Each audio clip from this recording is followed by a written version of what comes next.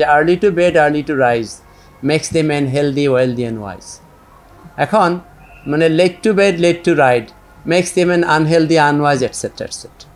এখন এই প্রতিরোধ করতে গেলে আপনার মাথা ব্যথা হচ্ছে একটা লোকের, তো মাথা ব্যথার কারণ দেখা গেল সে রাত জাগে, তাহলে রাত জাগা যাবে না। সে মোবাইলে বেশি সময় থাকে, তাহলে তার এই মোবাইল তার আননেসেসারি টাইম ইয়ে করা যাবে না। তারপরে সে তার ব্লাড প্রেশার আছে, সে ব্লাড প্রেশার ট্রিটমেন্ট করে না। তারপরে সে ব্লাড প্রেশার, সে লবণ বেশি খায়, তার ব্লাড প্রেশার কমে না। সে প্রায়ই দেখায় তার ব্লাড প্রেশারের ওষুধ সে বাদ দেয়, ধরে না এটা খাবো না, কি খাবো আর কত খাবো এমনি খালি। সে নর্মাল যে ইনভেস্টিগেশন করে ট্রিটমেন্ট করে এটা সে করে না। কেন বলে না? এটা কিছুই না। আবার ধরেন কিছু লোকের সে ডায়াবেটিস আছে, ডায়াবেটিক নিউরোপ্যাথি ডেভেলপ করে 5 বছরের মধ্যে হাত পাগুলো অবশ লাগে, সেন্সেশন পায় না, ব্যথা করে, রাত্রে ঘুমাইতে পারে না। তখন এই ক্ষেত্রে কি তার ডায়াবেটিস জিজ্ঞেস করলে হ্যাঁ উত্তর দেয় না। যখন আমরা টেস্ট করি ডায়াবেটিস পাওয়া যায়, হাই ব্লাড সুগার, খালি পেটে এত, খাওয়ার পরে এত, 3 মাসের গড় এত বেশি। তাকে যখন জিজ্ঞেস করি যে আপনি কী ব্যাপার, কয় হ্যাঁ বলছিল তো ওষুধপত্র খাই না, খাবার মেনে চলি। তো খাবার মেনে কীরকম? যে ভাত আমি 2 বেলা খাই। তো ভাত তো 2 বেলা খাওয়ার কথা না, ডায়াবেটিসের রোগী।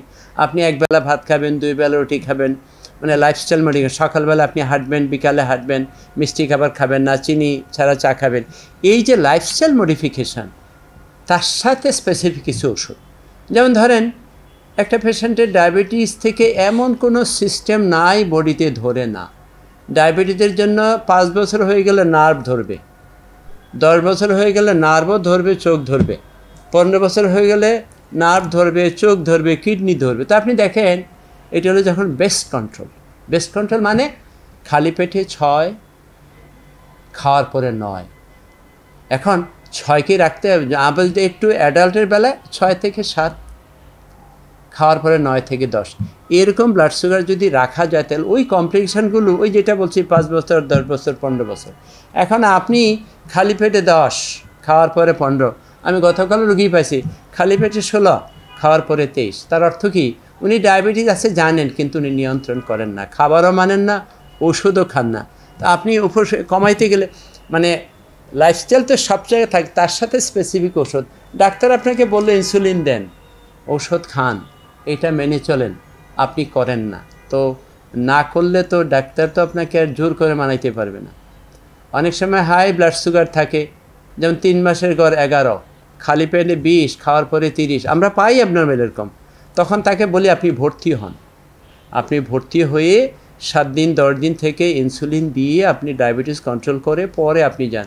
না ভর্তি হতে পারবো না, লোক নাই, এই না সেই না। হ্যাঁ ভালো কথা, প্রত্যেকের তো প্রবলেম তো থাকতেই পারে, কিন্তু আপনার ডিজিজ তো চাচ্ছে আপনাকে 3 বেলা ইনসুলিন দিয়ে ডায়াবেটিসের কাছে, অর্থাৎ যেইটার যেই চিকিৎসা তো করতে হবে। আর আমি যদি না যাই, কমপ্লিকেশান তো আমাকে মাফ করবে না।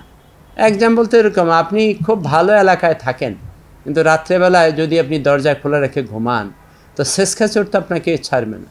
তো ওরকম ডায়াবেটিস তো তাই, আপনি কন্ট্রোল করবেন না, কিছুদিন পরে দেখবেন যে আপনি চোখে ঝাপসা দেখতেছেন। দেখা গেল কি আপনার ক্যাটারাক্ট, আমরা যেটা বলি সানি, আগে পড়ে ডায়াবেটিস রোগীদের হাঁটতে গেলে অবশ লাগে, মানে কিডনির অসুবিধা হয়ে যাচ্ছে।